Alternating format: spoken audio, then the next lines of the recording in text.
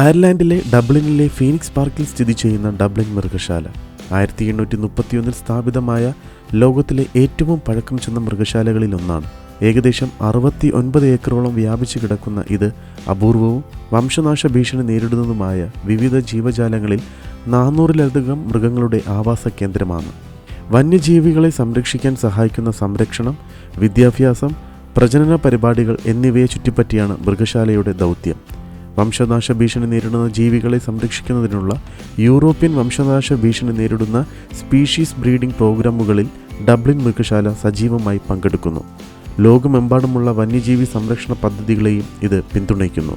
ആവാസ വ്യവസ്ഥകൾ സംരക്ഷിക്കുക, മൃഗങ്ങളുടെ ക്ഷേമം പ്രോത്സാഹിപ്പിക്കുക എന്നതാണ് പ്രധാന ദൗത്യം.